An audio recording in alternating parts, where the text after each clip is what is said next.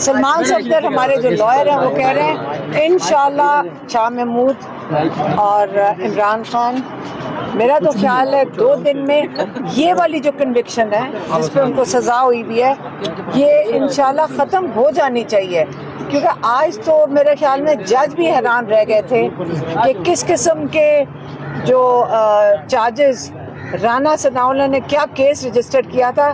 انہوں نے تو مجھے لگتا ہے کہ رانا ثناءاللہ نے کوئی شیطانی کی تھی، ایسا خراب کیس بنا کے دیا کہ وہ چل ہی نہیں سکتا.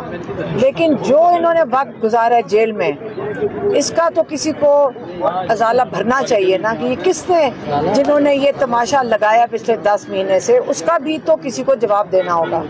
اس لیے یہ کیس میرے خیال میں 2 دن سے زیادہ انشاءاللہ نہیں چلے گا، اور انشاءاللہ عمران خان اور ان کو رہا ہونا تو چاہیے. لیکن عمران خان اپنے لیے بالکل پر امید نہیں ہے، کیونکہ ان کا خیال ہے کہ القادر کو تیار کیا جا رہا ہے تاکہ ایک ختم ہوئے تو اس کے بعد دوسرا کیس القادر میں ان کو تاکہ سزا ہو جائے.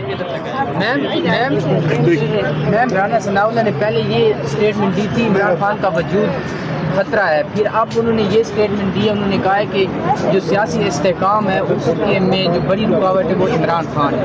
کیا کہیں؟ کیا مطلب جو سیاسی استحکام ہے اس میں میں سیریسلی دیکھتی ہوں کہ وہ کیا کہتا ہے. میں تو صرف کیس کی بات کر رہی ہوں جو اس نے بیڑا غرق کر دیا، شرمندہ کر دیا ہے جن کے لیے بھی اس نے کیس کیا تھا. اس سے زیادہ کیا بات کرنی ہے، اس پہ ٹائم نہیں ضائع کرتے. شکریہ. میں علیمہ بی بی کی بات میں اضافہ کر دیتا ہوں. جیسے انہوں نے فرمایا کہ انشاءاللہ یہ کیس 1 یا زیادہ سے زیادہ 2 پیشیوں میں ختم ہو جائے گا. اس کی وجہ یہ ہے کہ آج دوسرا دن ہے، پروسیکیوشن اپنے دلائل دے رہی ہے، اور اس کیس میں رخنہ اندازی کرنے کے لیے، اس کیس کو لمبا کرنے کے لیے، اس کو گھسیٹنے کے لیے وہ اپنے آپ کو اس میں مزید الجھاتے جا رہے ہیں. جو آئین اور جو قانون کی شک وہ پڑھتے ہیں اس میں وہ خود پھنس جاتے ہیں اور جج صاحبان مجبور ہو جاتے ہیں پوچھنے پہ. مثال کے طور پہ آج جو ایک بہت مین پیش رفت ہوئی ہے وہ یہ ہوئی کہ جس سائفر کے بارے میں ہم نے صرف سنا تھا، دیکھا نہیں تھا، نہ آپ نے دیکھا، نہ میں نے دیکھا، نہ جج صاحب نے دیکھا، نہ ڈیفینس کے وکیلوں نے دیکھا، نہ سپریم کورٹ کے ججز نے دیکھا.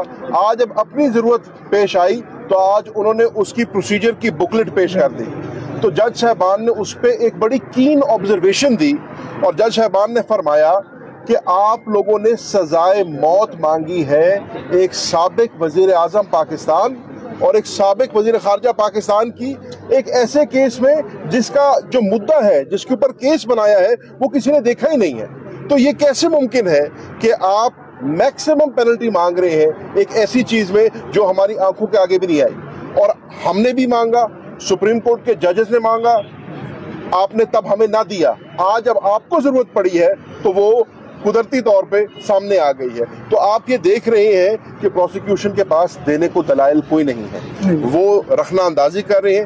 انشاءاللہ یہ 1 یا 2 پیشیوں کے اندر اندر ان کا سارا کیس جو ہے کلائی کھل جائے گی اور یہ جس کو کہتے ہیں اپنے منہ کے بال آپ گریں گے. اور انشاءاللہ اس کیس میں باعزت طریقے سے عمران خان صاحب اور شاہ محمود قریشی صاحب رہا ہوں انشاءاللہ. آپ نے کہا خان صاحب اپنے حوالے سے پر امید نہیں ہے، تو پھر خان صاحب نکلیں گے کیسے؟ میرے خیال میں کیونکہ انہوں نے عمران خان نے یہ بھی بہت دفعہ کہا ہے کہ یہ کوئی ڈیل کر کے نہیں نکلیں گے، وہ اپنے کیسز کا دفاع کریں گے، چاہے ٹرائل کورٹس ہو، چاہے ہائی کورٹ ہو، چاہے سپریم کورٹ میں جانا پڑے. وہ ڈیل نہیں کریں گے، دفاع کریں گے، کیونکہ ان کیسز میں کوئی دم نہیں ہے.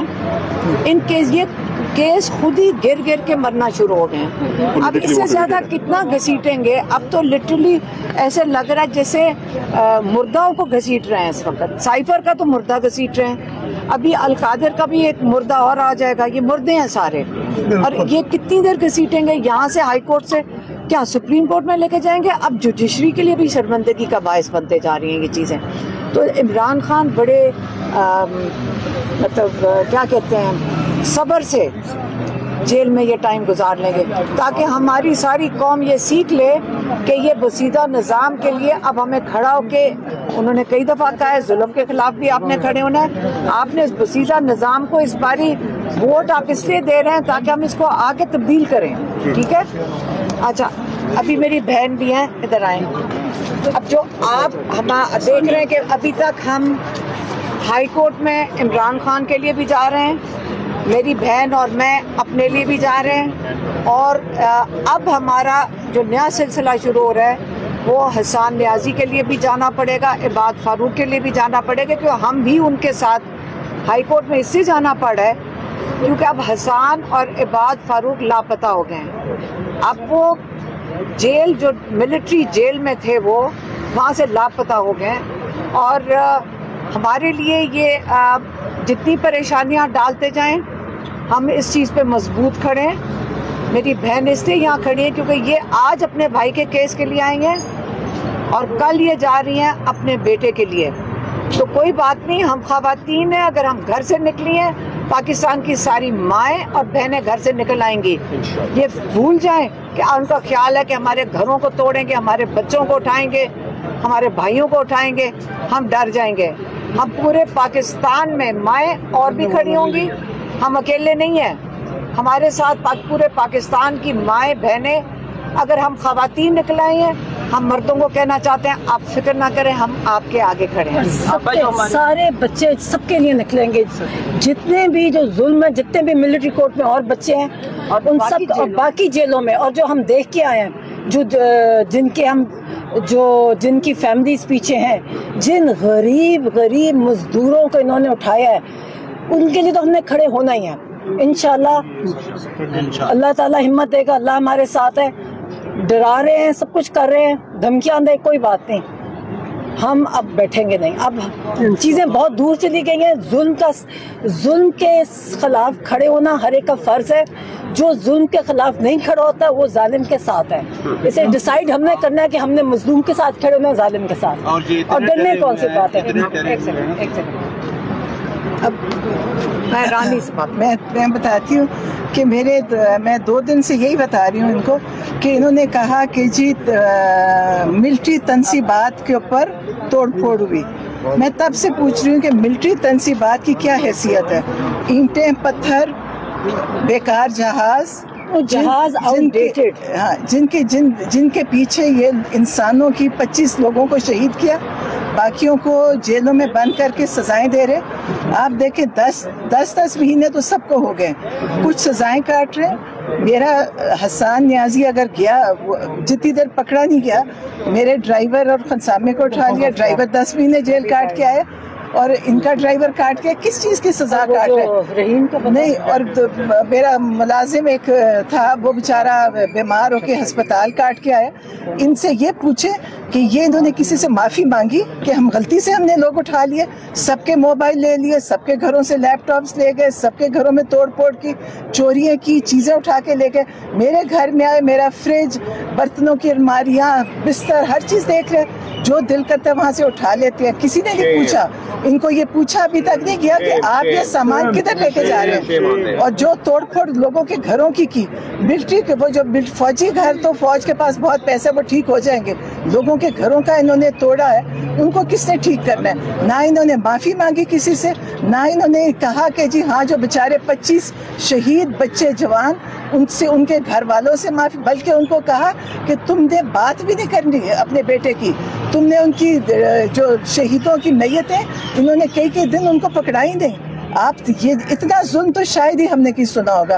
ہم کشمیر کی برائی ایسی کرتے ہیں, کشمیر تو کچھ بھی نہیں اس کے آگے. جو انہوں نے پاکستان میں کیا, مقبوضہ کشمیر میں جو ہو رہا ہے, وہ اس کے مقابلے میں کوئی چیز نہیں ہے.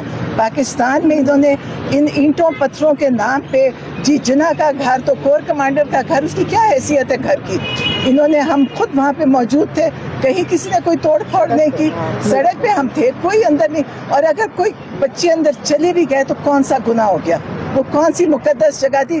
لوگ تو خانہ کعبہ کے اندر بھی جا کے آرام سے چلے جاتے ہیں. ان مقدس جگہوں کی کون سی حیثیت تھی؟ اس کے پر یہ سارے سیاستدان کہتے ہیں جی یہ لوگ تنصیبات, ہمارے اتنے بڑے مقدس چیزیں تھی. کون سی چیز تھی مقدس؟ پاکستان کی چیزیں تھی, اور باقی انسان تھے. انسان کی قیمت سب سے زیادہ ہے دنیا میں, اور انہوں نے انسانوں پہ ہر قسم کا ظلم کیا, زخمی بھی کیے. 2-3 اپاہج ہیں, 2-3 بچے اپاہج ہوئے ہوئے ہیں.